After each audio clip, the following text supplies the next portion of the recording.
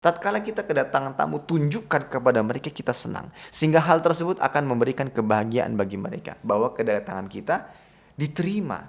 Dan mungkin tatkala mereka pulang, kita bisa mengatakan, silahkan datang lagi. Dan semisalnya.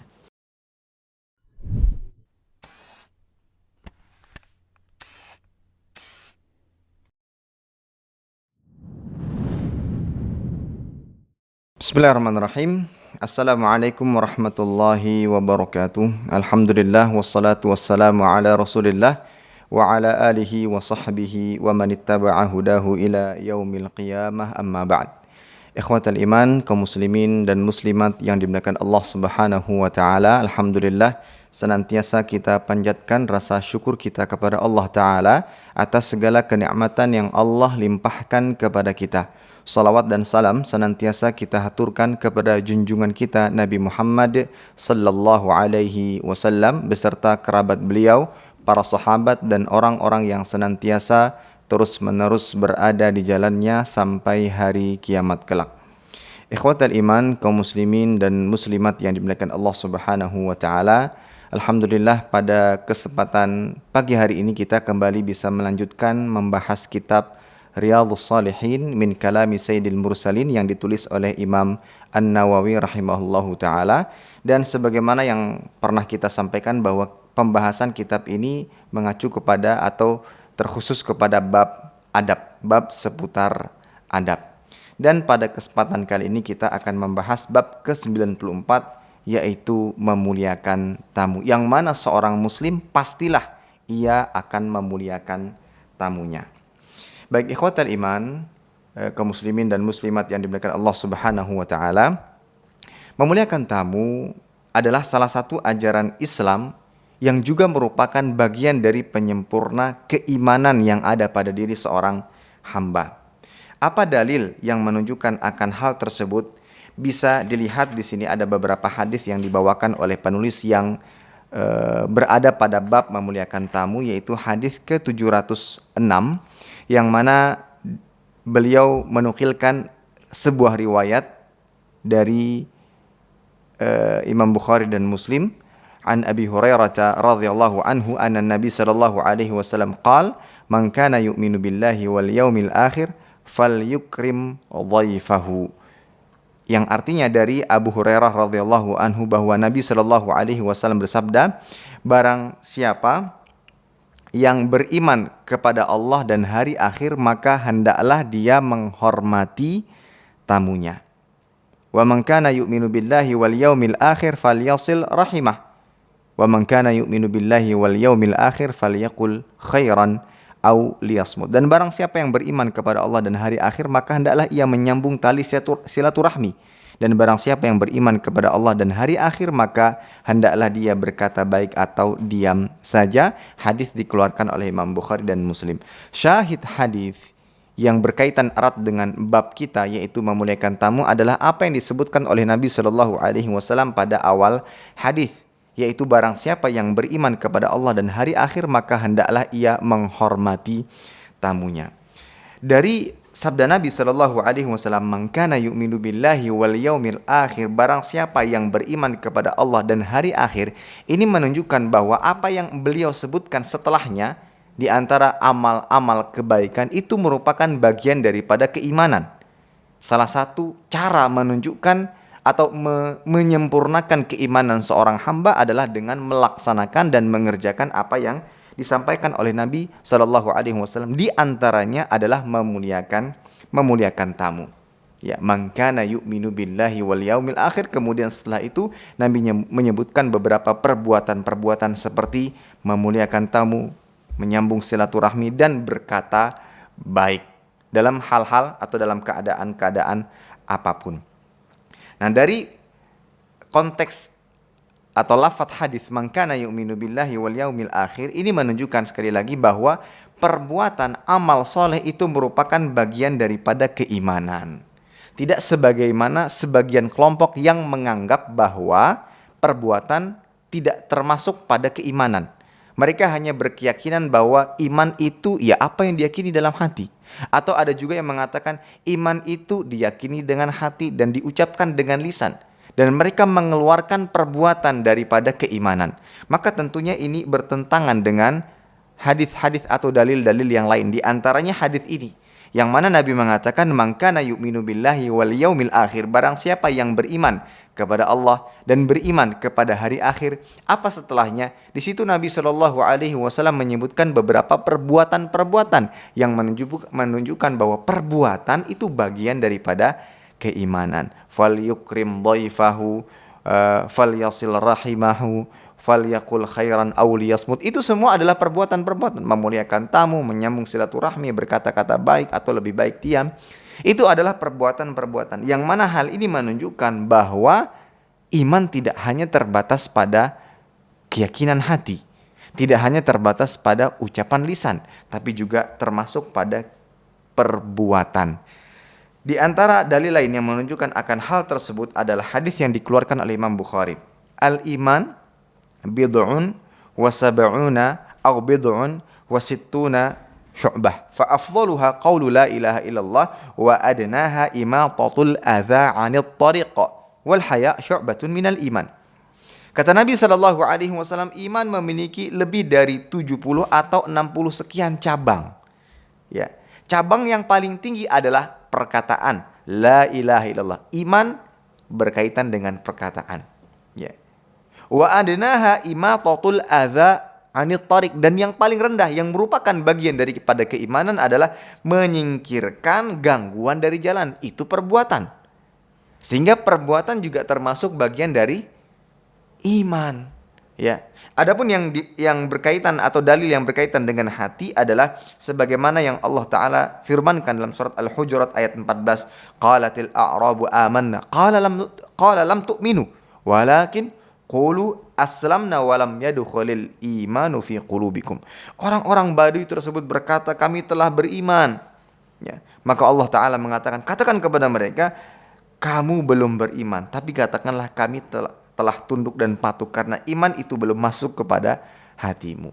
Iman berkaitan dengan hati, iman berkaitan dengan perkataan, dan iman berkaitan dengan perbuatan anggota badan. Dari sini dapat kita fahami bahwa perbuatan-perbuatan atau amal-amal soleh bagian daripada keimanan. Sehingga dapat kita simpulkan, memuliakan tamu merupakan bagian daripada keimanan, atau di antara perbuatan yang dengannya seorang hamba akan menyempurnakan keimanannya.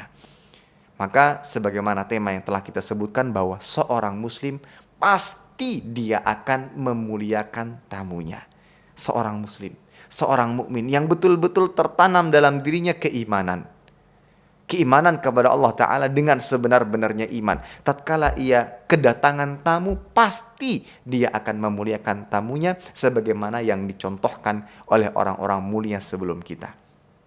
Di antaranya ikhwatal iman disebutkan di sini oleh Imam An-Nawawi rahimahullah ta'ala beberapa surat atau beberapa ayat yang mengisahkan tentang teladan kita, yaitu Nabiullah Ibrahim alaihi salam, yang memberikan contoh dan teladan yang amat luar biasa yang berkaitan dengan memuliakan tamu. Sebagaimana dalam surat Az-Zariyat ayat 24 sampai dengan 27. Di sini Allah Ta'ala menyebutkan kisah bagaimana Nabi Ibrahim alaihi salam memuliakan tamunya dengan luar biasa, yang sepatutnya kita contoh dan kita teladani dalam kehidupan kita. Dan Nabi SAW menyatakan bahwa Nabi Ibrahim alaihi salam merupakan teladan pertama yang melakukan penjamuan tamu dengan perbuatan yang luar biasa. Sebagaimana Rasul SAW mengatakan, kana awwala man dhayyafa dhaif Ibrahim. Ya, orang yang pertama kali memberi suguhan kepada tamu adalah Nabi Ibrahim. Dan akan kita lihat nanti sebagaimana tunjukkan dalam surat ini, bagaimana Nabi Ibrahim alaihissalam memberikan jamuan dan menyambut tamunya dengan amat luar biasa. Allah Ta'ala berfirman, hal ataka hadithu dhaifi Ibrahim al-mukramin idh dakhalu alaihi faqalu salama qala salamun qaumun munkarun faragha ila ahlihi faja'a bi'ajlin samin faqarrabahu ilaihim qala ala ta'kulun. Sudahkah sampai kepadamu, yaitu Nabi Muhammad sallallahu alaihi wasallam, cerita tamu Nabi Ibrahim alaihi salam yang mana mereka adalah malaikat-malaikat Allah Ta'ala yang dimuliakan. Ingatlah, ketika mereka masuk ke tempatnya lalu mengucapkan salama, Ibrahim menjawab salamun, kamu adalah orang-orang yang tidak dikenal. Maka dia pergi dengan diam-diam menemui keluarganya, kemudian dibawanya daging anak sapi gemuk yang telah dibakar, lalu dihidangkannya kepada mereka, dan Ibrahim mengatakan, silahkan kamu makan. Ikhwatal iman, kaum muslimin dan muslimat yang dimuliakan Allah Subhanahu wa taala. Ini adalah kisah yang mana Nabi Ibrahim alaihissalam kedatangan tamu, dan mereka adalah malaikat-malaikat Allah Ta'ala yang diutus untuk menemui Nabi Ibrahim alaihissalam yang memberikan kabar gembira. Yang mana pada saat itu Nabi Ibrahim tidak mengenal mereka, tidak mengenal bahwa mereka adalah malaikat-malaikat Allah Ta'ala. Namun apa yang dilakukan oleh Nabi Ibrahim? Nabi Ibrahim melakukan penjamuan dengan penjamuan yang amat luar biasa. Apa saja yang beliau lakukan tatkala beliau mendapatkan tamu? Pertama, kita akan sebutkan dengan poin-poin agar mudah difahami apa saja yang dilakukan oleh Nabi Ibrahim alaihissalam tatkala beliau kedatangan tamu yang mana beliau belum mengetahui bahwa itu adalah malaikat-malaikat Allah Ta'ala. Yang pertama, beliau menjawab ucapan salam dari tamu yang datang kepadanya. Nah, tentunya ketika datang tamu mengucapkan salam, maka kita sambut dengan jawaban sebaik-baiknya. Kemudian yang kedua, Nabi Ibrahim tidak bertanya awalnya dengan mau minum apa, mau makan apa tidak. Tidak seperti itu yang dilakukan oleh Nabi Ibrahim alaihissalam. Ketika datang dan beliau pun tidak mengenalnya, tidak mengenal bahwasanya itu adalah malaikat Allah Ta'ala, atau tidak mengenal itu merupakan bagian dari tetangganya atau keluarganya. Namun Nabi Ibrahim tidak mengatakan, ada perlu apa? Mau makan? Mau minum? Tidak. Apa yang dilakukan oleh Nabi Ibrahim alaihissalam? Beliau masuk ke rumah diam-diam, kemudian menemui keluarganya, kemudian bersegera memberikan suguhan-suguhan kepada mereka dengan sebaik-baiknya suguhan. Dan ini merupakan kebajikan yang sepatutnya dilakukan oleh setiap hamba yang hendak mengamalkan sunnah ini, amalan ini, perbuatan baik ini, itu menjamu tamu. Dia segera masuk ke rumah dan segera mengeluarkan jamuan-jamuan yang dia miliki dengan baik. Dan Nabi Ibrahim alaihissalam menyuguhkan makanan terbaik yang beliau miliki, yaitu daging anak sapi yang gemuk yang telah dibakar dengan masakan yang terbaik. Pada awalnya daging tersebut itu bukan diperuntukkan untuk para tamu. Mungkin beliau punya acara-acara tertentu di tengah-tengah keluarga. Tapi karena kedatangan tamu yang awalnya tidak diperuntukkan untuk para tamu, beliau keluarkan untuk menjamu tamu. Padahal tamunya tidak dikenal. Kita terkadang mungkin karena kenal dengan tamu, apalagi beliau orang-orang mulia misalkan, ustadz kita, atau orang-orang tertentu yang memiliki kedudukan di tengah masyarakat datang ke rumah kita, wajar saja kita menghidangkan dengan hidangan yang luar biasa. Tapi Nabi Ibrahim alaihissalam tidak kenal. Tapi beliau juga memberikan hidangan dan tidak membeda-bedakan siapapun yang datang. Ini luar biasa. Beliau datang membawa hidangan-hidangan yang amat luar biasa. Namun walaupun tidak mengenal, tamu tersebut tidak mengurangi penghormatan Nabi Ibrahim alaihissalam kepada tamu-tamunya. Nah, itu yang berikutnya.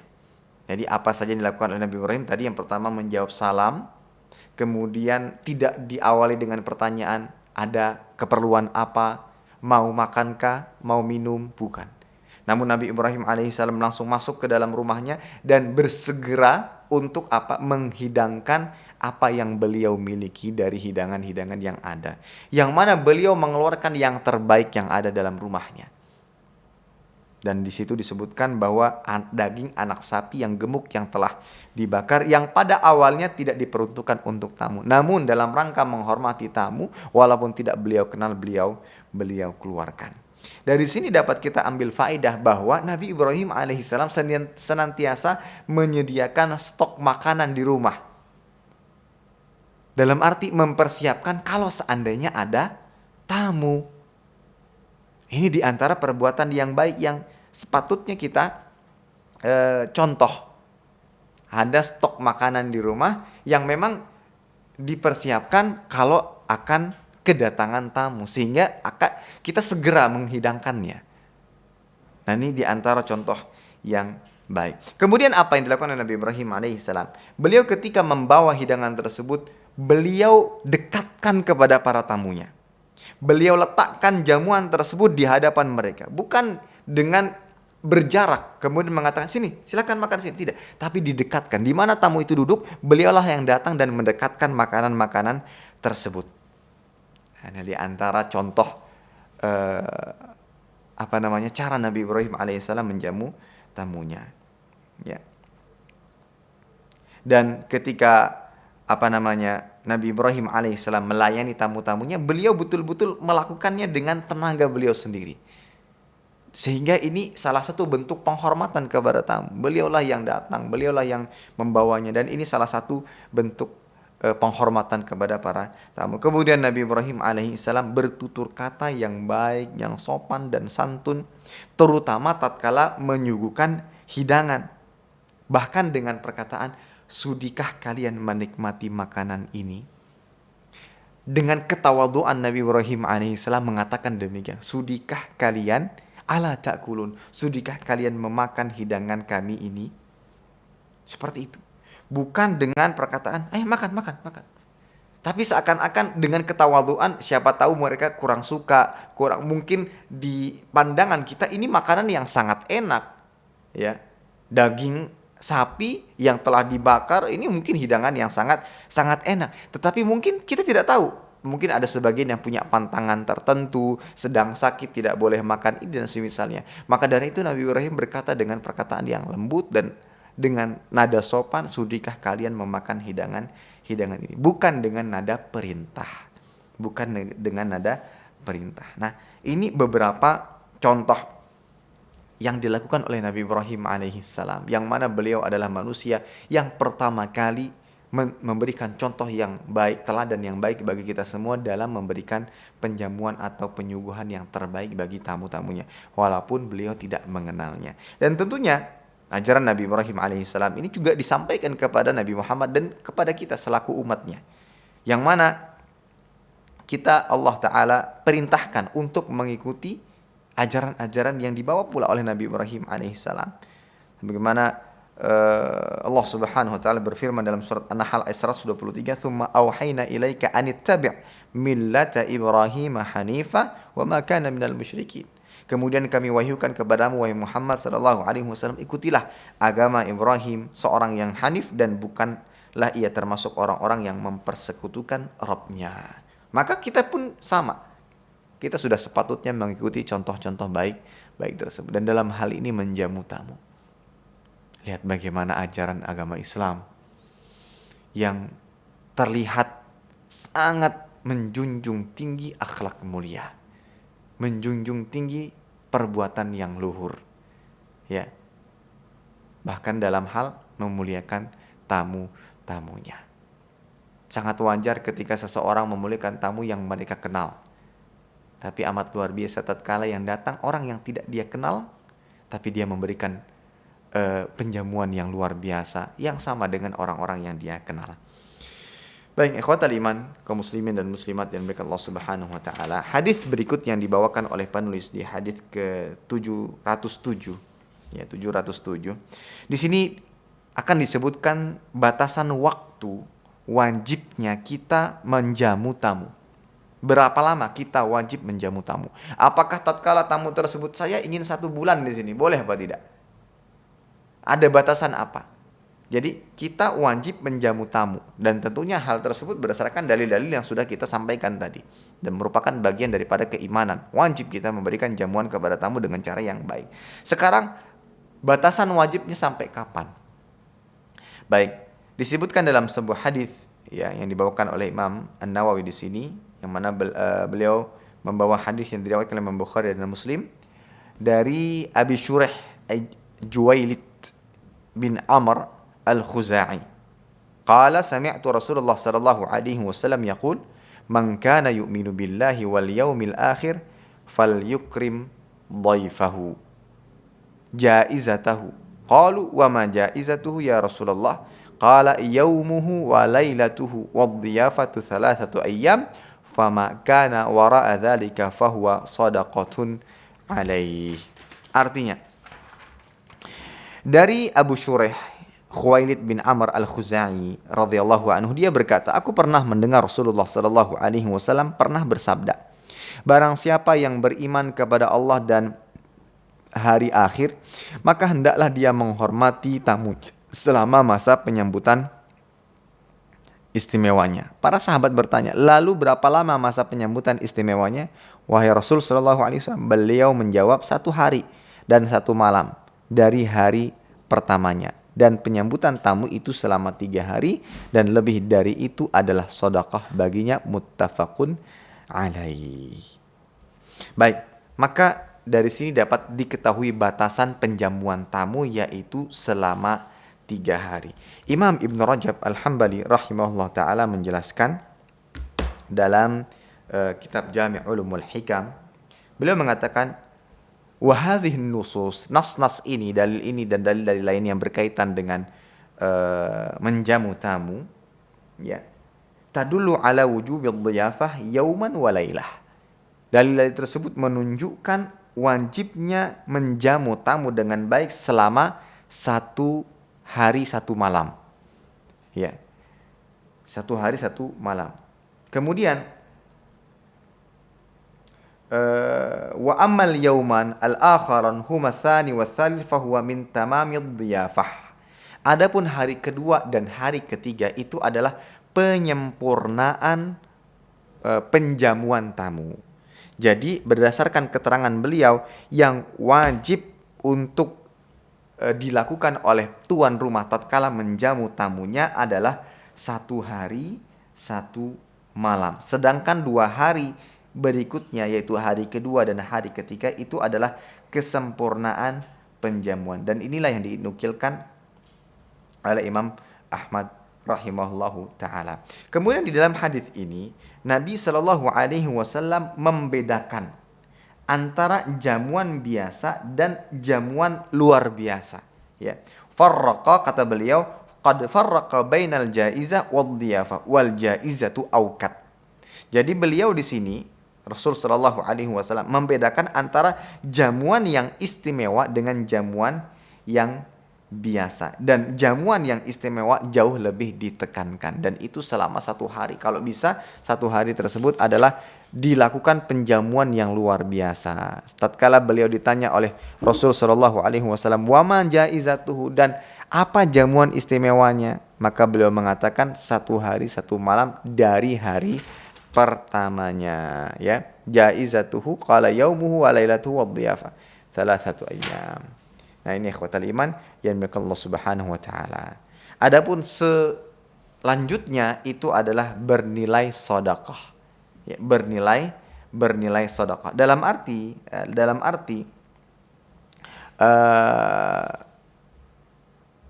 seorang tuan rumah berhak mempersilahkan tamunya untuk meninggalkannya. Dalam arti tidak lagi menjadi tamunya ketika sudah melebihi dari 3 hari. Ya, ketika sudah melebihi dari 3 hari. Ya, adapun sebelum itu maka dia tetap memiliki kewajiban untuk memberikan jamuan kepada tamunya dengan sesuai dengan kemampuannya. Adapun selebihnya itu adalah bernilai sedekah. Dalam arti tergantung dari kemampuan tuan rumah. Kalau seandainya dia merasa bahwa ini sudah cukup, maka dia diperbolehkan, diperkenankan untuk mempersilahkan tamunya untuk meninggalkan rumahnya. Namun tentunya dengan cara-cara yang lebih baik. Wallahu a'lam bissawab. Lantas bagaimana dengan hadis yang berbunyi dari Salman radhiyallahu anhu? Ia berkata, "Amarna Rasulullah sallallahu alaihi wasallam alla natakallafa lidhaif ma laysa indana." Kata Salman radhiyallahu anhu, Rasul sallallahu alaihi wasallam memerintahkan kami untuk tidak terbebani dalam memberikan jamuan kepada tamu yang mana kami tidak memilikinya. Apakah hadis ini menghilangkan hukum wajib bagi menjamu tamu? Maka jawabannya sebagaimana yang dijelaskan oleh para ulama bahwa menjamu tamu hukumnya wajib. Menjamu tamu dengan baik tetap hukumnya adalah wajib. Hukumnya adalah wajib. Hanya saja kewajiban tersebut hanya ditujukan kepada mereka yang memiliki kemampuan. Mereka yang betul-betul memiliki kemampuan memberikan jamuan kepada tamu dengan batasan waktu yang telah disebutkan, yang telah ditetapkan dalam syariat Islam. Akan tetapi bagi mereka yang tidak memiliki kemampuan, maka tidak ada kewajiban bagi mereka. Berdasarkan hadis ini, ya.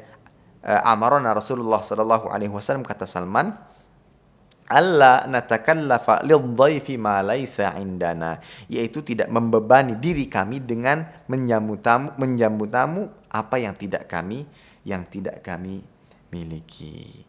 Ya, yang tidak kami miliki. Dan juga sebagai tamu, ikhwatal iman dan Allah Subhanahu wa taala, sebagai tamu tentunya juga harus betul-betul bisa memperhatikan kepada siapa dia akan bertamu. Kalau seandainya dia ada niatan untuk menginap, tapi dia lihat tuan rumah atau orang yang dia kunjungi tidak memiliki kemampuan akan hal itu, misalkan tempat dia tidur, persediaan makanan yang cukup, bahkan untuk mencukupi kehidupan mereka sendiri saja kurang, maka hendaknya tamu tersebut harus memperhatikan. Ya, kita sebagai tamu, nanti kita akan sebutkan adab sebagai tamu dan adab sebagai tuan, harus memperhatikan hal ini. Ya, harus memperhatikan hal ini. Seperti yang diriwayatkan dalam hadis yang diriwayatkan oleh Muslim, la yahillu li muslim ay yuqima inda akhihi hatta yu'thimahu. Qalu ya Rasulullah, wa kaifa yu'thimuhu? Qala yuqimu indahu wa la syai' lahu yuqrihi bihi. Tidak halal bagi seorang muslim, dan ini bagi siapapun juga yang hendak menjadi tamu, untuk tinggal di tempat saudaranya sehingga menyebabkan saudaranya itu berdosa. Para sahabat bertanya, bagaimana caranya membuat sahabatnya ini berdosa? Maka Rasul SAW menjawab, dia tinggal di tempatnya sedangkan saudaranya itu tidak mempunyai apa-apa untuk disuguhkan kepadanya. Memang hadis ini secara konteks berhukum menjamu tamu itu adalah wajib. Sehingga jika orang tidak menjamu tamu, dia akan berdosa. Ya, dia akan berdosa. Maka tidaklah boleh bagi siapapun juga di antara kita yang hendak menjadi tamu ke tempat saudara kita, ke tempat orang yang kita kenal, sementara kita tahu orangnya sangat susah, bahkan untuk makan sehari-hari bagi mereka pun sulit. Misalkan, ya, tempat tinggal mereka mungkin sangat tidak bisa memberikan tambahan ruang untuk tamunya, maka hendaknya kita tidak datang menjadi tamu, apalagi sampai menginap di sana. Ya, menginap di sana. Akan tapi tentunya hadis tersebut dijelaskan bahwa ketika dia tidak mampu, maka hukumnya tidaklah wajib. Ya, dia dimaafkan dari tidak menjamu tamunya ketika memang dia tidak mampu dan tidak memiliki apa-apa untuk bisa dihidangkan kepada tamunya. Mungkin timbul pertanyaan, Ustaz, bagaimana yang dilakukan oleh orang-orang Ansar? Ya, orang-orang Ansar yang dikisahkan tatkala Rasul Shallallahu Alaihi Wasallam kedatangan seorang tamu, yang mana orang tersebut datang dan mengatakan bahwa saya sungguh sedang kelaparan. Pertama kali yang dilakukan oleh Rasul Shallallahu Alaihi Wasallam tidak serta-merta langsung menyerahkan kepada para sahabat, siapa yang bisa. Nah, Rasul SAW pertama kali yang menawarkan diri untuk menjamunya. Sehingga beliau bertanya kepada istrinya, apakah ada yang bisa kita hidangkan untuk tamu kita yang sedang kelaparan? Maka istri Nabi SAW mengatakan, demi Allah yang mengutusmu dengan hak, ya, aku tidak memiliki apa-apa kecuali air. Ternyata Rasul SAW pun, beliau dan rumah di keluarganya juga tidak memiliki apa-apa, hanya air. Dan itu pun beliau masih sempat memikirkan orang yang sedang kelaparan. Maka setelah itu Rasul SAW berkata kepada para sahabatnya, siapa di antara kalian yang bersedia menjamu tamu ini? Setelah beliau merasa tidak mampu memberikan jamuan kepada tamu itu, yang mana tidak sangat kelaparan, dan Rasul SAW juga tidak memiliki apa-apa untuk dihidangkan kepadanya, baru beliau menyerahkan kepadanya. Ini menunjukkan bahwa tatkala tidak mampu tidak ada kewajiban. Tatkala tidak mampu maka tidak ada kewajiban.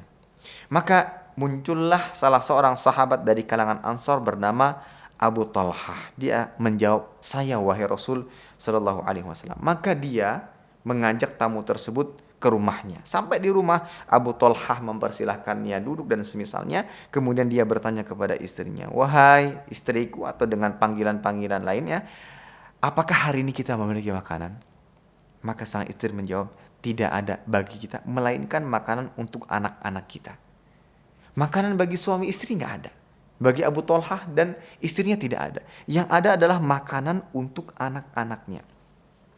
Maka Abu Talhah dengan idenya mengatakan, "Ya sudah, berikan minum kepada anak-anak kita sampai mereka kenyang dengan minuman tersebut. Kemudian tidurkanlah mereka." Ya, akhirnya itu dilakukan oleh oleh istrinya. Kemudian tamu pun dipersilahkan dan makanan yang seharusnya diberikan kepada anak-anaknya pun diberikan kepada tamunya. Dan pada saat itu di antara ide yang dilakukan oleh Abu Talhah agar tidak membuat tamunya merasa tidak enak, lampu dipadamkan sehingga tidak terlihat. Kemudian makanan tersebut didekatkan kepada tamunya dan dipersilahkan makan, dan Abu Talhah berpura-pura seakan-akan juga sedang makan bersama mereka. Dan Ummu Sulaim istrinya pun melakukan yang diperintahkan oleh Abu Talhah tadi. Keesokan harinya keduanya datang menemui Rasul sallallahu alaihi wasallam, dan Rasul sallallahu alaihi wasallam pun bersabda dan mengatakan kepada keduanya setelah mendapatkan wahyu dari Allah, "Sungguh Allah takjub terhadap fulan dan fulan." Dalam riwayat yang lainnya Rasul mengatakan, "Qad ajaballah min sani'ikum bi dhaifikum al-lailah." Sungguh Allah takjub terhadap atau dengan apa yang kalian lakukan semalam terhadap tamu kalian. Nah, yang dilakukan oleh Abu Talhah ini bukan atas dasar kewajiban, tapi pengorbanan, ithar, sebagaimana Allah Ta'ala berfirman tentang hal tersebut dalam surat Al-Hasyr ayat 9, "Wa yu'thiruna 'ala anfusihim walau kana bihim khasasah." Dan mereka mengutamakan orang lain, dalam hal ini muhajirin, atas diri mereka, sekalipun pada dasarnya mereka juga memerlukan hal tersebut, tapi mereka dahulukan orang lain. Ini ithar. Dan tentunya ini diantara perbuatan dan akhlak mulia yang seharusnya kita hidupkan di antara kita. Ithar, mendahulukan orang lain. Akan tetapi ikhwatal iman, ithar ini yang dianjurkan dan diperintahkan dalam Islam adalah mendahulukan kebutuhan orang lain di atas kebutuhan diri sendiri dalam perkara-perkara dunia, makan, minum, atau yang lainnya. Adapun dalam masalah ibadah, la ithar, tidak ada ithar. Ya, tidak ada ithar. Ithar hanya ada dalam perkara-perkara di dunia. Adapun dalam perkara ibadah, ada firman Allah Ta'ala, "Fastabiqul khairat." Berlomba-lombalah kalian dalam kebaikan. Wa fi dzalika falyatanafasil mutanafisun. Dalam perkara baik tersebut maka hendaklah kalian berlomba-lomba. Dalam perkara ibadah kita diperintahkan untuk berlomba-lomba. Misalkan bersedekah, siapa yang bisa menyedekahkan? Di situ kita berlomba-lomba. Tapi dalam perkara dunia, maka di situ kita berbuat ithar, mendahulukan orang lain dibandingkan kebutuhan kita. Ya, ini ikhwatal iman yang dimiliki Allah Subhanahu wa taala. Nah, kita di sini akan menyebutkan beberapa adab-adab yang betul-betul wajib diperhatikan oleh tamu atau tuan rumah. Tuan rumah atau tamu. Kita nanti sebagai tuan rumah yang akan menjamu tamu, begitu pula juga sebagai tamu atau tatkala kita ingin menjadi tamu, maka ada beberapa adab-adab yang harus diperhatikan. Ya. Yang pertama, ikhwatal iman, kita akan menyebutkan beberapa adab yang berkaitan dengan tuan rumah. Yang berkaitan dengan tuan rumah. Pertama, ikhwatal iman, ketika mengundang seseorang, hendaknya yang diundang adalah orang-orang bertakwa, bukan orang-orang yang fajir, yang suka bermudah-mudahan dalam perbuatan maksiat dan dosa.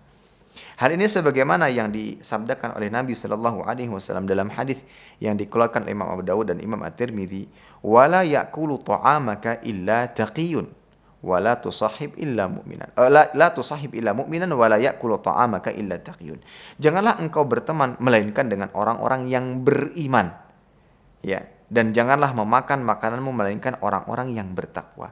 Larangan untuk berteman dengan orang kecuali dengan orang-orang yang beriman, maksudnya teman dekat yang dijadikan sahabat dekat, sahabat karib yang bisa memberikan pengaruh pada kehidupan kita. Yang seperti ini tidak boleh kita lakukan kecuali hanya dengan kepada orang-orang yang beriman. Kemudian hendaknya orang-orang yang memakan makanan kita tatkala kita punya acara, kita mengundang orang lain, yang lebih kita utamakan adalah orang-orang yang bertakwa, karena bisa jadi itu merupakan bagian dari amal jariah kita. Ketika orang yang memakan makanan kita adalah orang-orang yang bertakwa, kemudian dari situ dia mendapatkan tenaga, kesehatan, kemudian dia gunakan itu untuk ibadah kepada Allah Ta'ala, maka Anda sebagai pemberi makan akan mendapatkan pahala dan bagian daripada pahala dari ibadah yang dia kerjakan. Inilah wasiat dan pesan Nabi Shallallahu Alaihi Wasallam yang harus diperhatikan bagi siapapun yang menjadi tuan rumah. Kemudian yang kedua, tatkala mengundang, tidak mengkhususkan dengan orang-orang tertentu, hanya memberikan jamuan istimewa kepada orang-orang kaya, orang-orang terpandang, orang-orang yang kita kenal saja. Tidak lihat bagaimana Nabi Ibrahim alaihissalam tatkala kedatangan tamu, beliau tidak mengenalnya. Ya, siapa mereka? Karena saat itu malaikat-malaikat berbentuk manusia. Jadi tidak mengenal bahwa itu adalah malaikat. Tapi apa yang dilakukan Nabi Ibrahim alaihissalam? Beliau memberikan jamuan dengan jamuan yang luar biasa. Seakan-akan itu adalah tamu istimewa. Maka sama halnya tatkala kita mengundang orang lain, maka jangan hanya mengundang orang-orang kaya, orang-orang terpandang, sehingga kita tidak mempedulikan orang-orang yang harusnya lebih membutuhkan akan makanan-makanan tersebut. Nabi SAW bersabda dalam hadis yang dikeluarkan Imam Bukhari dan Muslim, "Syarrut ta'am ta'amul walimah yud'a lahal aghniya wa yutrakul fuqara." Sejelek-jelek makanan adalah makanan walimah di mana orang-orang kayanya diundang dan orang-orang miskinnya ditinggalkan. Ya. Itu menjadi seburuk-buruk makanan. Selezat dan senikmat apapun makanan yang kita hidangkan, namun di sisi Allah, tatkala kita meninggalkan orang-orang miskin yang mana mereka sedang kelaparan, tidak mempedulikan mereka, itu akan menjadi makanan yang buruk di sisi Allah Subhanahu wa taala. Maka jangan pilih-pilih tamu. Siapapun yang datang, maka berusahalah untuk memberikan jamuan yang terbaik sesuai dengan kemampuan yang kita miliki. Kemudian sebagai tamu, tuan rumah, tatkala kita kedatangan tamu, lihat bagaimana yang dilakukan oleh Nabi Ibrahim alaihissalam, yaitu mengucapkan ucapan selamat datang, menjawab salam, ya, sebagaimana yang dilakukan oleh Nabi Muhammad sallallahu alaihi wasallam tatkala beliau kedatangan tamu, beliau mengatakan marhaban bil wafdil ladzina ja'u ghairu khazaya wala nadama. Selamat datang kepada para utusan yang datang tanpa merasa terhina dan menyesal. Dan kita pun sama. Di antara adab sebagai tuan rumah adalah mengucapkan selamat datang, menjawab salam kepada tamu yang datang. Kemudian yang berikutnya, ikhwatal iman, menghormati tamu dengan menyediakan hidangan yang terbaik yang kita miliki sesuai dengan kemampuan kita. Kemudian kita dekatkan.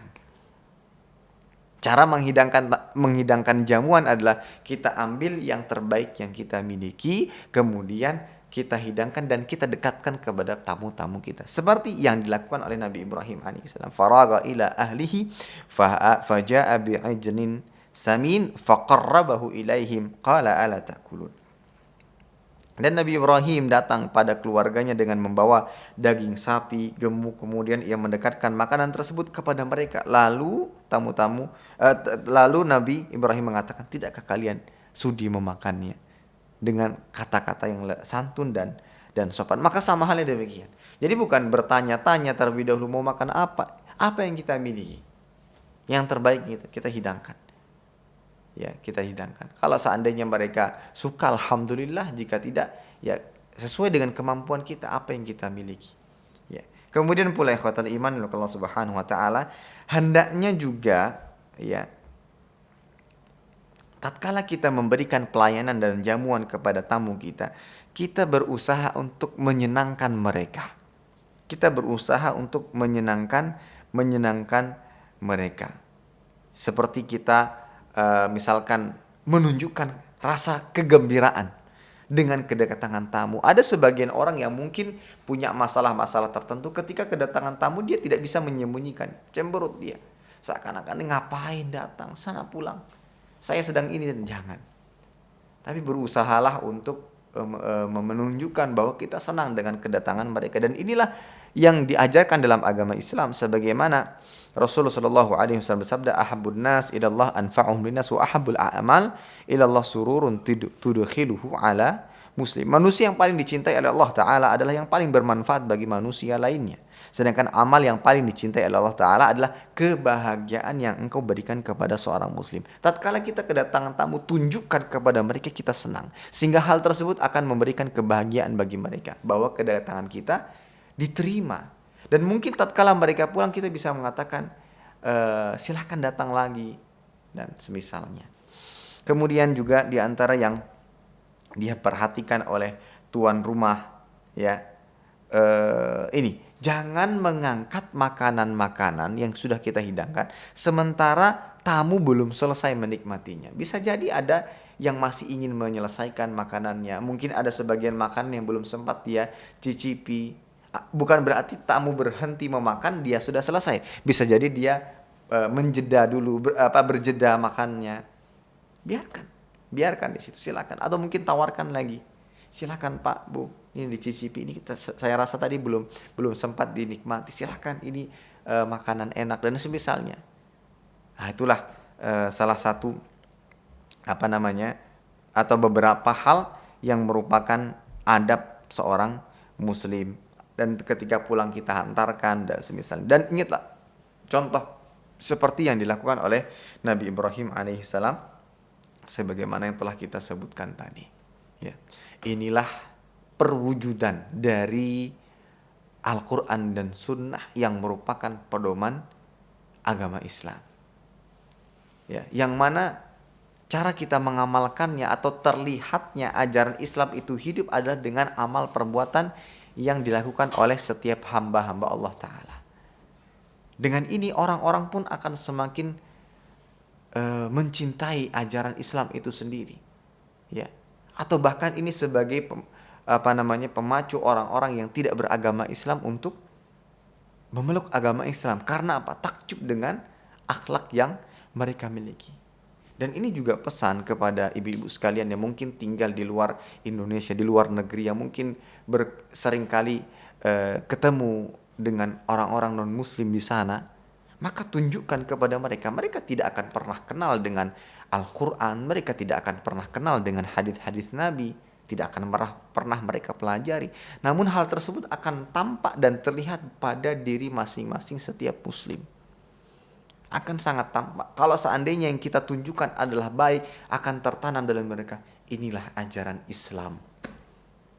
Inilah mulianya Islam. Tapi kalau seandainya mereka melihat kita dengan perangai buruk kita, dengan kata-kata kasar kita, dan tatkala menjamu tamu dengan tidak baik, itu yang akan terlihat, oh ternyata ini toh Islam.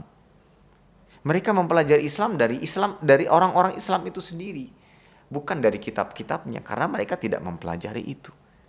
Maka dengan menunjukkan ini, itu akan memberikan atau menggambarkan kepada inilah ajaran agama Islam yang senantiasa diajarkan kepada kita semuanya. Kemudian berikutnya ikhwatal iman, kaum muslimin dan muslimat yang dimuliakan Allah Subhanahu wa taala adalah adab bagi tamu, Ya, tadi sebagai tuan rumah, sekarang kita sebagai tamu. Pertama, kita sebagai tamu tatkala kita diundang, wajib kita datangi. Dan ini adalah perintah Nabi sallallahu alaihi wasallam.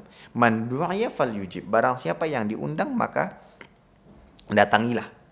Wa man taraka ad-da'wah faqad asallahu wa rasulah. Dalam hadis yang lain, barang siapa yang tidak memenuhi undangan, maka dia telah bermaksiat kepada Allah dan Rasulnya. Ini hukum asal, bahwa mendatangi undangan itu hukumnya wajib. Kecuali jika ada uzur.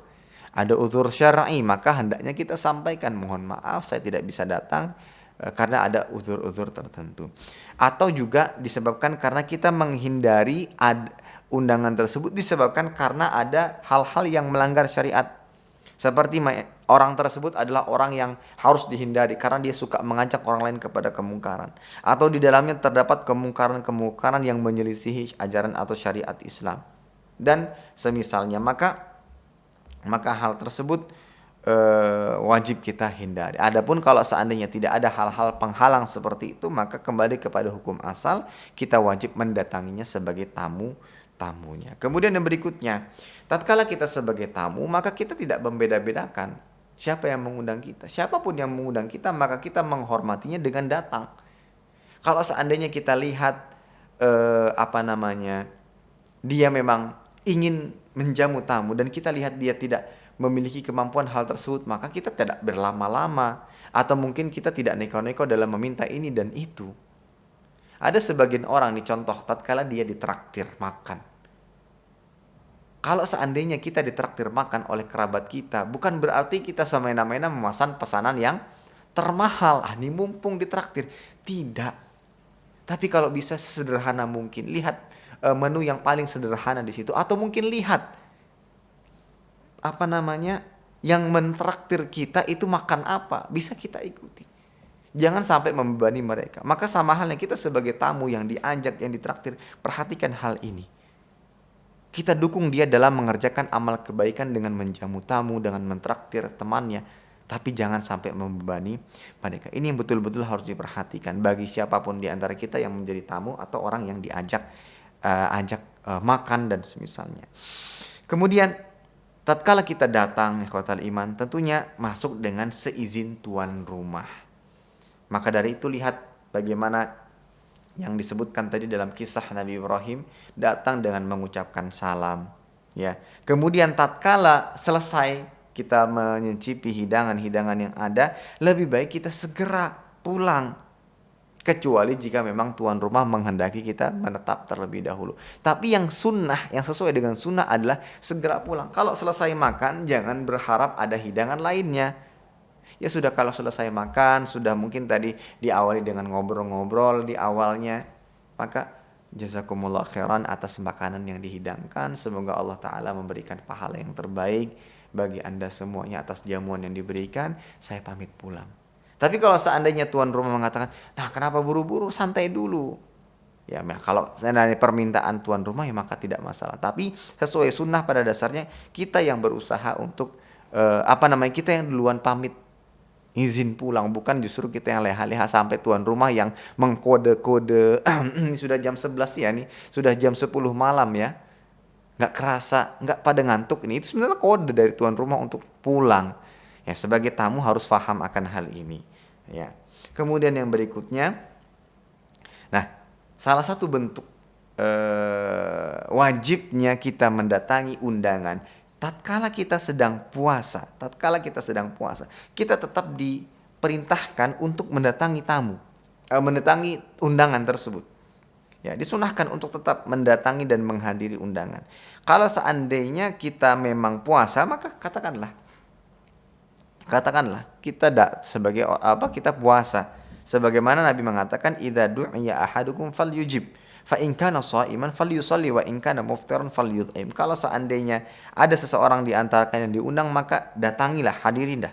Kalau dia puasa, maka doakanlah. Enggak masalah kita datang. Enggak perlu makan, ya kita doakan kebaikan-kebaikan baginya. Setelah itu kita pulang. Namun kalau tidak puasa, baru kita makan ya hidangan yang dia berikan. Ya, kemudian yang berikutnya, ikhwatal iman, bolehlah tamu membawa hadiah. Tahadu tahabu. Berikanlah hadiah, maka kalian akan saling mencintai satu dengan lainnya.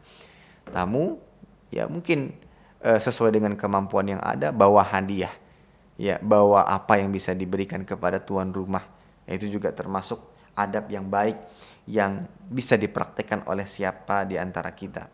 Kemudian ini juga diperhatikan. Kalau seandainya kita diundang, kemudian tatkala kita datang, kita membawa orang lain yang tidak termasuk pada undangan tersebut.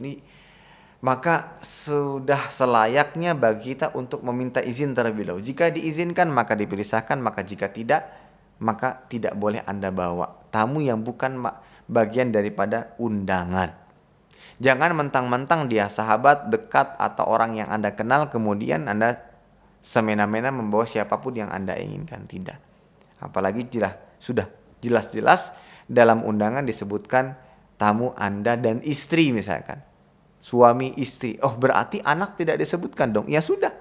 Kita sesuaikan dengan apa yang disebutkan. Oh, berarti anak dan istri saja. Kecuali kita bertanya, ini anak dan istri atau saya dengan istri saja? Oh, silakan bawa anak istri dan seterusnya.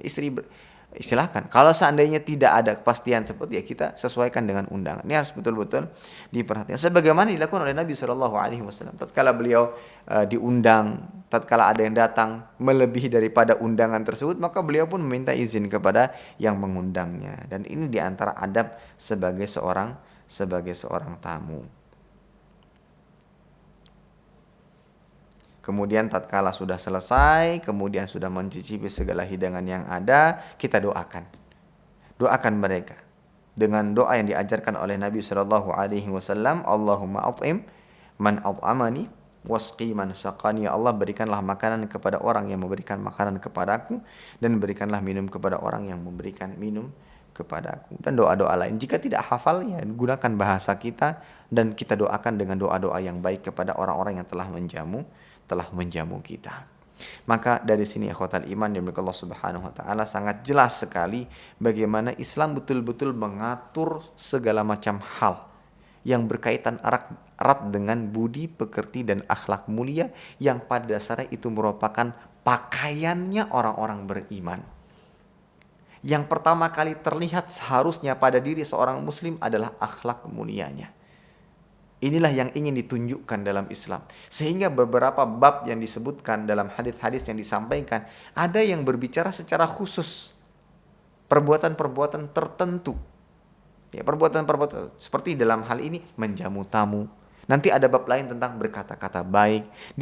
Di bab lain ada tentang memuliakan tetangga.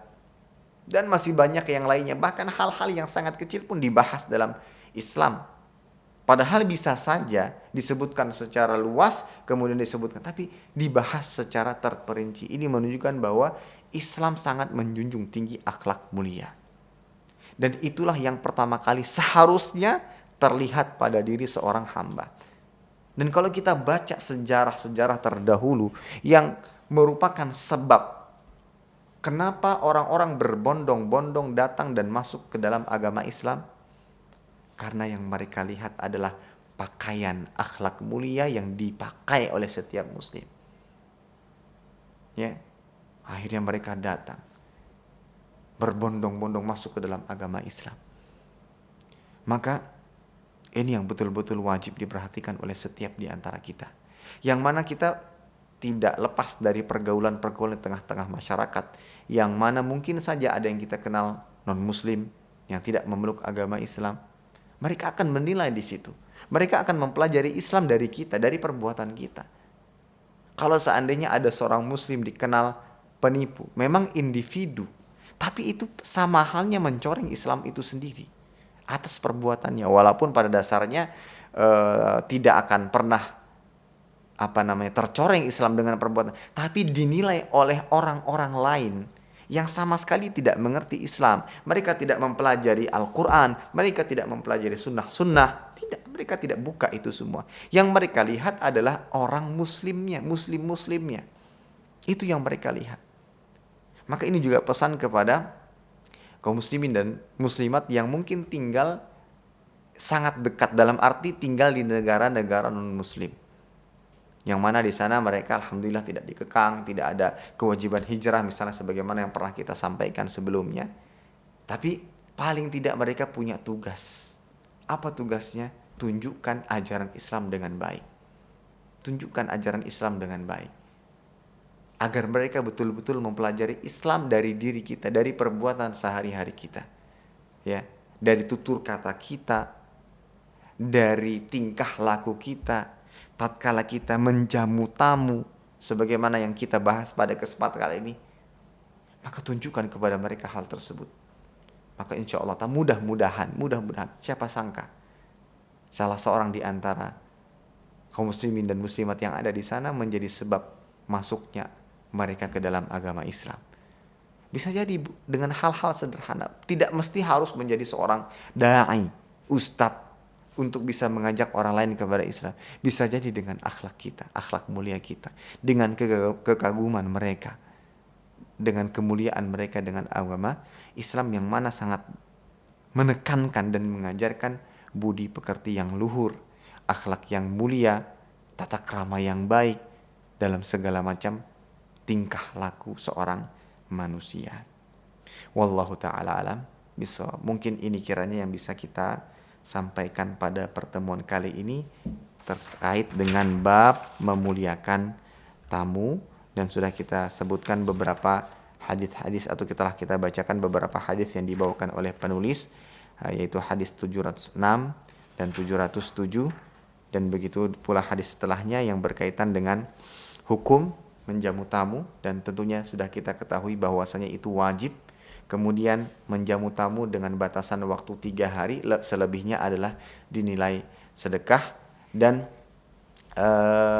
tidak boleh kita membebani di atas kapasitas kemampuan kita sendiri, bahwa hukum wajib tersebut hanya ditujukan kepada mereka yang mampu, sementara yang tidak mampu tidaklah wajib. Namun tatkala mereka berusaha untuk menjamu tamunya dengan kemampuan yang ada, walaupun mereka membutuhkan, itu jauh lebih baik, namun bukan wajib. Itu adalah ithar yang dianjurkan di dalam agama Islam. Kemudian juga perhatikan bagaimana adab-adab kita sebagai tamu, adab-adab kita sebagai tuan rumah. Lihat bagaimana teladan atau yang dicontohkan oleh Nabi Ibrahim alaihissalam. Wallahu alam bisawab. Ini kiranya yang bisa saya sampaikan, mudah-mudahan bermanfaat. Kurang dan lebihnya mohon maaf. Silahkan jika ada yang ingin ditanyakan. Assalamualaikum Ustaz. Waalaikumsalam warahmatullahi wabarakatuh. Ini ada pertanyaan. Yeah. Misal tadi dalam menghormati tamu, sekiranya tamu itu mau izin pamit, sudah saya pulang dulu, kamu mungkin sudah capek, masih ada kegiatan lain atau apa gitu ya. Sedangkan kita menjawabnya, enggak apa-apa gitu kan, padahal kita lagi memang ada yang mau kerjain atau apa, tapi untuk menghormatinya menjawab seperti itu gitu. Apakah itu dibenarkan atau apa kebohongan? Tapi dengan dia bertanya seperti itu, apa sepantasnya yang kita jawab misalnya dalam keadaan seperti itu, Ustaz? Baik. Wajazakumullah khairan. Wallahu a'lam bissawab. Ini mungkin di antara kebiasaan orang-orang Indonesia itu suka basa-basi ya. Suka basa-basi. Terkadang dia mengucapkan hal-hal yang bertolak belakang dengan realita yang ada pada dirinya, yang mana pada akhirnya itu justru membebani dirinya. Maka sebaiknya hal ini dihindari. Ini di antara kebiasaan baik orang-orang Arab itu as-sarahah rohah. Dengan kita berterus terang, tentunya dengan kata-kata yang baik, itu akan menenangkan hati, menyamankan hati. Ya, ketika memang tamu memang sudah pamit, maka kita Inji silahkan Bapak Ibu. Nanti lain kali silahkan lagi bertamu. Dengan kata-kata semisalnya yang tanpa harus menyinggung perasaan mereka. Terima kasih sudah dikunjungi, terima kasih sudah mampir, mudah-mudahan tidak jera, tidak bosan, kalau ada lain waktu bisa silahkan datang. Itu lebih menenangkan hati dengan cara seperti itu. Maka basa-basi yang seperti ini, yang mana justrunya akan membebani diri dan justru akan bisa menimbulkan dosa dalam hati, seperti yang kita khawatirkan berbohong, seperti justru nanti akan ada ghibah setelah mereka pulang dengan keluarga. Misalkan nanti sudah pulang, nggak faham-faham ya tamu ini, nggak pulang-pulang, dalam hati menggerutu, ngomel dan semisalnya, malah justru kembali kepada suudzon. Nah ini yang dikhawatirkan. Maka lebih baik kebiasaan basa-basi, jika justru itu malah memberatkan diri, bahkan bertentangan dengan hati, maka lebih baik dihindari. Memang kalau kita lihat kebanyakan orang-orang Indonesia seperti itu. Tapi lebih baik dihindari apabila itu justru akan memberatkan dan membebani diri. Tadi as-sarah roha, terus terang dengan kata-kata yang baik, itu justru lebih melegakan hati. Wallahu a'lam bishawab.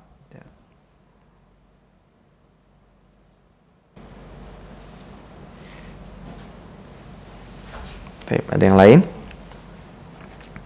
Ini ada pertanyaan lagi Ustaz.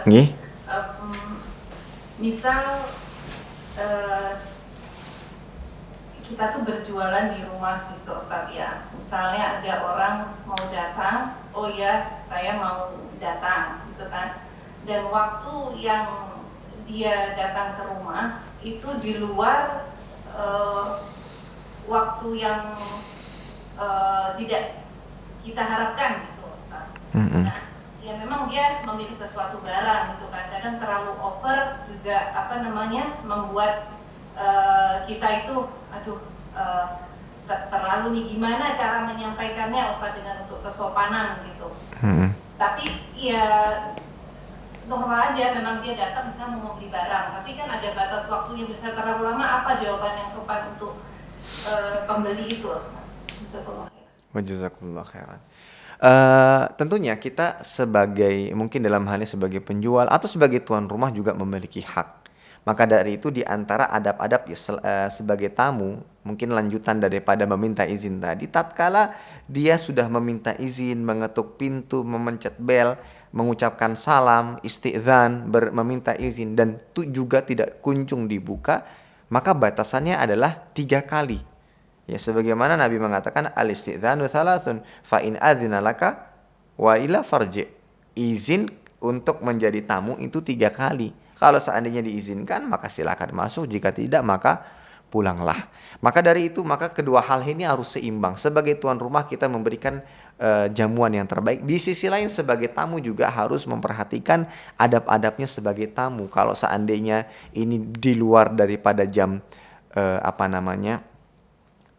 jam kerja atau jam buka toko, maka seharusnya dia memahami akan hal tersebut.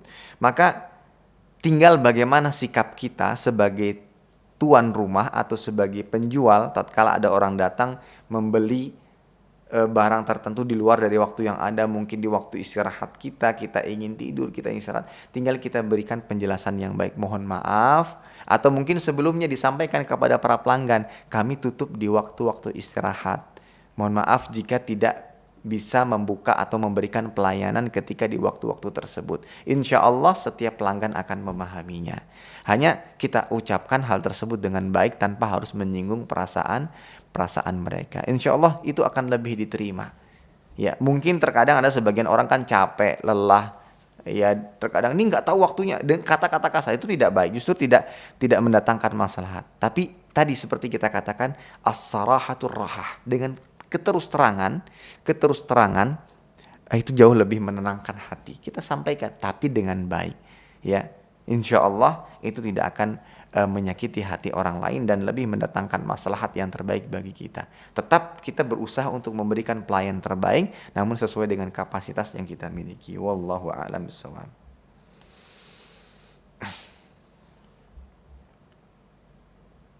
Saya bacakan. Ya. Bagaimana jika kita tidak datang dalam undangan karena menghindari dosa? Karena kalau kumpul-kumpul ada kekhawatiran berghibah atau semacamnya. Baik. Wa jazakumullah khairan. Jadi gini, kembali kita sampaikan bahwa hukum mendatangi undangan adalah wajib. Itu adalah wajib. Sehingga jika tidak ada uzur atau sebab yang bisa menghalangi kita untuk menjalani kewajiban tersebut, maka kita kembali kepada kewajiban yang pertama, yaitu kita wajib mendatanginya.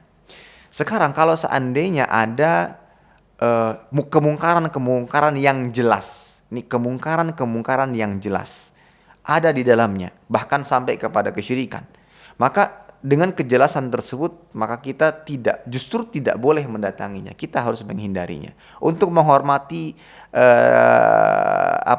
mengundang kita bisa sampaikan, Assalamualaikum, terima kasih atas undangannya, tapi mohon maaf saya tidak bisa datang. Semoga acaranya berjalan sukses, lancar dan seterusnya. Akan tetapi kalau seandainya hanya sebatas kekhawatiran, belum ada kepastian dalam acara tersebut, ada kemungkaran, kekhawatiran belaka. Misal kita ketemu dengan teman-teman kita, khawatir jadi ghibah, khawatir kekhawatiran tersebut. Maka itu bisa dicarikan solusi. Seperti kita datang tanpa perlu mencicipi makan hidangkan, kita ketemu dengan orangnya, kita ucapkan selamat, misalkan itu sebuah pernikahan ya. Kita hindari segala macam kekhawatiran tadi, kita pulang. kita sudah menjalani kewajiban kita. Kita ucapkan doa kepada mereka tanpa harus misalkan makan atau minum. Karena kita ingin segera menghindari hal-hal yang dikhawatirkan. Jika memang masih sifatnya apa? Kekhawatiran. Belum ada kepastian yang kita takutkan terjadi. Ya, jadi seperti itu. Tinggal bagaimana cara kita bertakayuf, dalam arti sikap kita lah. Datang, atau mungkin misalkan ketika kita cari waktu yang memang sudah sepi, ya, atau mungkin kita pertama kali datang ketika belum ramai-ramainya orang, tinggal bagaimana sikap kita. Dan saya pun juga mengalami hal demikian. Memang kalau saya rasa ini sepertinya akan seperti ini, ya sudah, kita cepat-cepat datang biar masih sepi, kita ketemu dengan tuan rumah, kita bisa pamit cepat. Atau mungkin kita tunggu nanti ketika sudah sepi, ya, kita baru datang. Insya Allah itu tetap menghargai dan menghormati tuan rumah yang mengundang kita. Wallahu ta'ala alam bisawab. Silakan. Ada pertanyaan lagi Ustadz. Nih. Tadi dibilang dalam hadis lebih dari 3 hari sebagai sedekah menjamu tamu. Ya. Sedangkan hari pertamanya maksudnya sebagai apa Ustadz? Baik, ini. Jadi kita katakan hukum menjamu tamu kan wajib. Hukum menjamu tamu wajib. Sekarang pertanyaan berikutnya, selama apa namanya menjamu tamu? Tamu kan setiap datang ke rumah atau sebulan dia di rumah itu kan menjamu tamu. Nah, kita yang menjamu tamu dengan hukum wajib tadi, kalau wajib kan kalau kita tinggalkan berdosa. Ya, kalau kita tinggalkan berdosa. Nah, sekarang dalam menjalani kewajiban tersebut batasannya berapa lama? Nah, disebutkan dalam hadis 3 hari. 1 itu kewajiban dan kedua ini penyempurna daripada kewajiban tersebut. Hal ini dinukilkan dari pendapat Imam Ahmad. Adapun lebih daripada 3 hari itu sedekah. Dalam arti kalau seandainya ini mungkin orang yang kita kenal atau mungkin dari awal kita mulai mengenalnya baik orangnya, kita ingin lebih mempersilahkannya. Atau silahkan tinggal di sini selama sepekan, itu sifatnya sedekah dan kita dapat pahala dari itu. Dan tapi kalau kita tinggalkan misalkan sudah 4 hari 5 hari, silahkan Pak mohon maaf, misalkan kita sampaikan dengan baik, kita tidak bisa lagi menjamunya, itu tidak masuk ke dalam dosa. Tapi yang wajib tadi apa? 3 hari. 3 hari. Tapi hukum wajib ini bagi mereka yang mampu. Bagi mereka yang mampu. Uang ada, hidangan ada, tempat ada. Tapi kalau seandainya tidak mampu, kembali kepada hadis yang diriwayatkan oleh Salman radhiyallahu ta'ala anhu, alla natakallafa ma laysa indana. Amarna Rasulullah sallallahu alaihi wasallam alla natakallafa lidhaifi ma laysa indana. Rasul sallallahu alaihi wasallam memerintahkan kami. Jadi juga Nabi juga memerintahkan tidak membebani diri untuk menjamu tamu yang tidak kita miliki. Ya kalau seandainya kita tidak mampu, dalam arti hanya sekedar penjamuan biasa, tidak bisa sampai menginap, ya sudah. Jangan kita melebihi kemampuan kita. Kalau seandainya ada yang memaksakan diri dalam arti sebatas apapun yang dia miliki, dia ingin ithar, maka boleh apa tidak? Boleh. Seperti yang dilakukan oleh sahabat-sahabat dari kalangan Ansar, wa yu'thiruna ala anfusihim walau kana bihim khasasah. Mereka mendahului atas diri mereka sendiri walaupun mereka membutuhkannya. Ya. Jadi hukum menjamu tamu wajib. Batasannya berapa? 3 hari. Tapi hukum wajib ini ditujukan kepada orang yang mampu. Orang yang mampu menjamu tamu dengan batasan tersebut. Jika tidak, maka tidak ada kewajiban. Wallahu a'lam bishawab. Silakan yang lain. Jazakumullah khairan. Ini ada pertanyaan lagi. Ustadz, bila ada anak teman kita menginap di rumah usianya 20 tahun, tentunya bukan mahram, apakah ada batas waktu menjamunya hanya 3 hari? Apakah diperbolehkan tetap tinggal setelah 3 hari? Baik. Jazakumullah khairan. Baik, menjamu tamu tentunya tadi kita perhatikan adab-adab yang ada. Kalau memang dia bukan mahram, dalam arti tentunya bukan mahram ya, maka kita harus betul-betul memperhatikan bagaimana agar hal-hal yang tidak diinginkan tidak terjadi. Ya, seperti ikhtilat, campur baur, dalam arti dalam hal ini seorang suami betul-betul harus berperan. Ya dialah yang mengantar makanan, dialah yang ini dan ini misalnya. Jangan sampai makan bareng dengan keluarga besar, dengan anak, istri, ini jangan. Jadi dalam menjamu tamu tentunya harus memperhatikan hal-hal tersebut. Bukan berarti menjamu tamu kemudian dia bebas keluyuran ke sana kemari, ketemu dengan putrinya, ketemu dengan istrinya. Ini malah justru berbahaya. Di situ harus ada pemantauan kepala keluarga. Dan kalau lebih baik lagi memang jika ada ruangan atau bangunan yang terpisah, nah, itu jauh lebih baik lagi. Ya. Atau dulu pernah ketika saya ingin bertamu kepada teman saya, dia cara menjamu tamunya dia sewakan rumah agar saya bisa tinggal di sana. Subhanallah. Disewakan ya sejenis bedakan lah. Jadi seperti itu saya tinggal di sana, kemudian setiap pagi kami dihidangkan makanan dikirimkan oleh sahabat kami. Nah, seperti itu. Jadi tetap kita memberikan jamuan tamu jangan sampai justru masuk kepada pelanggaran-pelanggaran yang lain seperti ikhtilat, campur baur. Ya, jangan sampai kita menganggap kan dekat, kan ini dan ini. Ingat, setan tidak akan pernah berhenti menjerumuskan manusia kepada dosa. Wallahu a'lam bishawab. Assalamualaikum Ustaz. Waalaikumsalam warahmatullahi wabarakatuh. Ana ingin bertanya mengenai ini Ustaz. Seandainya apabila ada tamu gitu ya Ustaz, kita kan masak apa adanya, tapi nggak maksudnya nih tamu itu datang dengan tiba-tiba gitu ya. Kita nggak persiapan masak-masak gitu. Nah, dalam keadaan itu ada tamu, terus kita maksudnya Ana sebagai istri ini ingin menjamu tamu apa adanya gitu Ustaz, apa yang kita masak gitu. Tapi dalam situasi itu terkadang nih suami selalu melarang gitu Ustaz, kayak seperti udahlah nggak usah gitu. Mungkin karena malu gitu Ustaz, makan nggak mewah gitu kan, nggak persiapan gitu ya Ustaz ya. Ya selalu suami melarang gitu, atau ingin memberi sesuatu gitu. Tapi menurut suami nggak banyak atau apa gitu. Tapi anak katakan kepada suami, kita nggak boleh meremehkan kebaikan gitu kayak Ustaz ya. Mungkin dari sedikit itu mungkin bisa amalan besar gitu. Anak selalu bilang pada suami gitu, mungkin suami nggak ada ilmu atau apa gitu ya. Selalu marah-marah gitu. Jadi anak bilang pada suami, anak kan kebaikan gitu ya Ustaz, kebaikan jangan melarang kebaikan. Nah, pertanyaan anak ini Ustaz, bukan Ustaz ya, emosi. Pertanyaan anak, dalam situasi seperti itu, apakah anak harus mentaati suami gitu, selalu mentaati suami gitu Ustaz, walaupun ya untuk anak itu kebaikan gitu Ustaz ya, tapi ya anak dan nasihati suami gitu. Sekarang kita cekcok juga gitu Ustaz mengenai amalan-amalan dunia Ustaz. Mohon masukan untuk anak Ustaz. Jazakallah khairan. Wa jazakumullah khairan.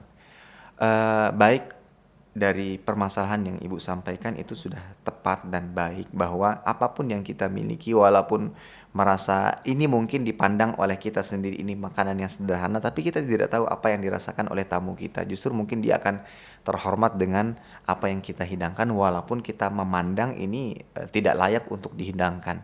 Lihat bagaimana yang dilakukan oleh sahabat dari kalangan Ansor tadi, yang mereka hidangkan adalah makanan yang ingin diberikan kepada anak-anaknya. Kita tidak tahu keadaan tamu saat itu. Bisa jadi dia lapar, bisa jadi dia punya hajat-hajat tertentu, bisa jadi kita tidak tahu. Mungkin dengan hidangan tersebut entah dia makan nantinya ataukah tidak, ya kita sudah memberikan pelayanan yang terbaik.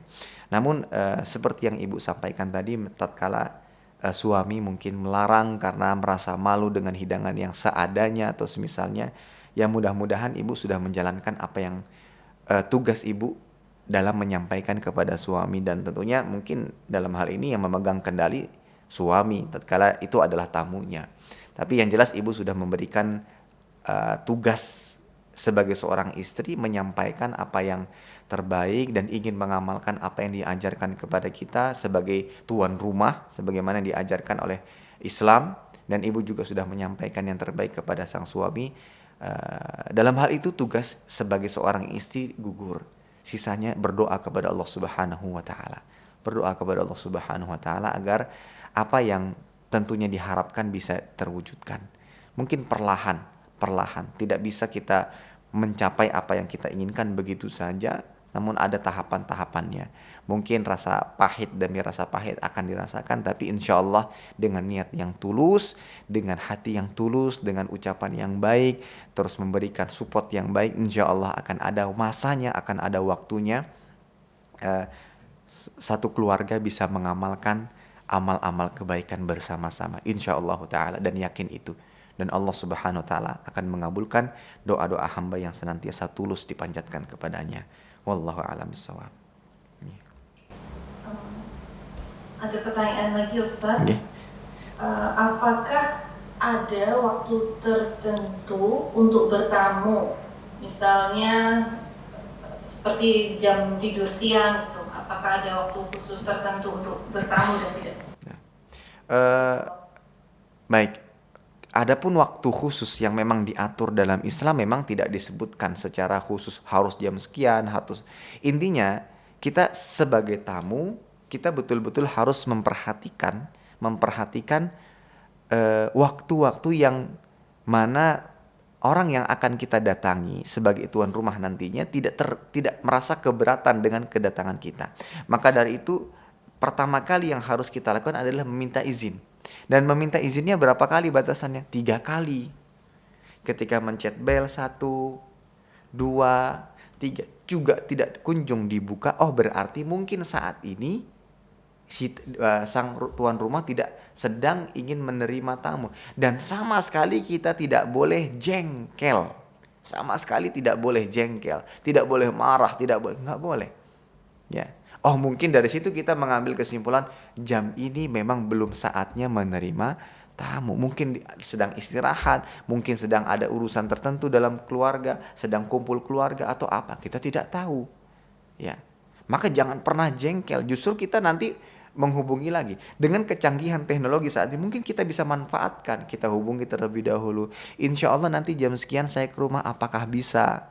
Kita manfaatkan media-media yang ada untuk bisa mengamalkan apa yang diajarkan. Seperti itu. Adapun batasan waktunya tidak ada. Hanya saja kenapa kita diperintahkan untuk izin tadi, agar jangan sampai ketika kita datang ke tuan rumah itu memberatkan mereka. Maka tadi mungkin kita sampaikan saya mau datang jam sekian dan harus kalau bisa gini, harus pasti, dalam arti gini, kita berusaha kayak janjian, kayak mau janjian ketemuan. Nanti insya Allah jam 4 saya datang ya, dan kita harus berusaha menepati janji tersebut. Ada sebagian yang bilang nanti setelah asar saya datang ya. Memang seperti sebuah janji, tapi itu akan mengakibatkan sang tuan rumah nanti apa? Nunggu setelah asar. Nanti setelah asarnya menjelang maghrib. Kan sama setelah asar juga. Misalkan 5 menit lagi maghrib, kan masih setelah asar kan. Nah ini jangan. Itu akan membebani tuan rumah nantinya. Jadi kalau bisa kita manfaatkan manfaatkan media yang ada saat ini untuk bisa mengamalkan itu. Hubungi, saya mau datang, dan harus tepati janji. Aja. Kalau memang terlambat, sampaikan mohon maaf saya terlambat. Ya, mohon maaf saya terlambat. Ini saya kejebak macet atau semisalnya. Tapi kalau bisa usahakan tepat waktu. Sehingga mungkin tuan rumah sudah menyediakan segala macam di rumahnya. Ada persiapan tadi, ada persiapan. Ya tadi ada itu, makanya harus seimbang lah. Maka kajian seperti ini harus didengarkan oleh siapapun juga, yang mana terkadang dia akan menjadi tamu, terkadang dia akan menjadi tuan rumah, sehingga keharmonisan dalam kehidupan kaum muslimin pun akan senantiasa terjaga. Wallahu a'lam bishawab. Ada pertanyaan lagi nih Ustaz. Berhubungan dengan pertanyaan yang tadi bahwa tamunya bukan mahram, itu masih boleh Kak? Dia masih belum jelas Ustaz. Karena dia sering sekali ada tamu menginap bukan mahram, jadi teman anaknya gitu Ustaz. Kadang lebih dari 3 hari dan sampai sebulan lebih. Jadi mungkin dia masih bingung mengatasi masalahnya ini Ustaz. Baik. Tadi gini, maka tuan rumah punya wewenang dalam hal ini. Tentunya harus ada kepala keluarga yang mengontrol. Misalkan ini kan teman anaknya, berarti kan ada bapaknya. Bapaknya betul-betul harus mengontrol, tidak boleh dibebaskan. Apalagi di dalamnya ada ibu, ada mungkin adik perempuannya, ada kakak perempuannya. Maka ketika dia datang sebagai tamu, ya batasan waktu yang seperti dianjurkan dalam syariat adalah 3 hari. Maka setelah itu silahkan untuk menghindari hal-hal yang tidak diinginkan. Kalau seandainya kita melihat ada madarat yang lain, maka gugur kewajiban tadi. Kalau seandainya dikhawatirkan ada madarat yang muncul setelah hal tersebut terjadi, maka gugur kewajiban tadi. Ya, maka kita bisa menyampaikan dalam arti kita tidak mampu menjamu tamunya karena mengkhawatirkan ada madarat lain yang ditimbulkan. Apalagi dia bukan mahram. Apalagi dikatakan sampai sebulan, itu bahaya. Nanti apakah bisa bertahan selama sebulan? Nanti seakan-akan jadi keluarga, akhirnya kumpul barang nih akhirnya khawatir ikhtilat pun terjadi, ya ikhtilat pun terjadi. Maka dari itu harus ada pemegang kondisi di situ, tentunya kepala keluarga yang bisa atur dan disampaikan kepada anaknya agar menyampaikan kepada temannya dengan baik, atau mungkin orang tuanya langsung menyampaikan kepada temannya tersebut dengan baik agar betul-betul bisa memahami, bisa memahami. Atau mungkin nanti ditanya alasannya kenapa kok bisa sampai sebulan, atau mungkin bisa jadi ada permasalahan keluarga. Kalau kita memang ingin niat membantu, ya tadi kita sampaikan, kita sewakan tempat terpisah gitu. Misalkan kalau memang kita niat ingin membantu, jangan tinggal satu atap, tapi mungkin tempat terpisah, kita bantu, kita jamu dia dengan baik, seperti itu. Jadi jangan sampai justru masuk kepada madarat yang lebih besar. Nauzubillah. Wallahu a'lam bishawab. Jazakumullah khairan. Tadi dibilang kata itar itu Ya. Ta, ro, apa gimana spellnya Ustaz? Maksudnya pengorbanan? Pakai tha, jadi ithar. Itar. Nah, bisa ibu lihat tadi dalam surat Al-Hujurat ya, wa yu'thiruna ala anfusihim walau kana bihim khasasah, ya. Itu. Ayat berapa? Ayat 9. Bukan dalam surat Al-Hasyr ayat ke-9. Surat Al-Hasyr ayat ke-9. Wa yu'thiruna ala anfusihim walau kana bihim khasasah. Ya, dalam surat Al-Hasyr ayat ke-9 itu ithar. Dan ini yang mungkin bisa kita praktekkan mungkin dalam keseharian kita, ya. Mendahulukan orang lain dalam perkara dunia dibandingkan diri kita sendiri. Wallahu a'lam. Baik. Cukup? Pertanyaan lagi? Oh ya. Di online. Sebentar saya dicek. Ya.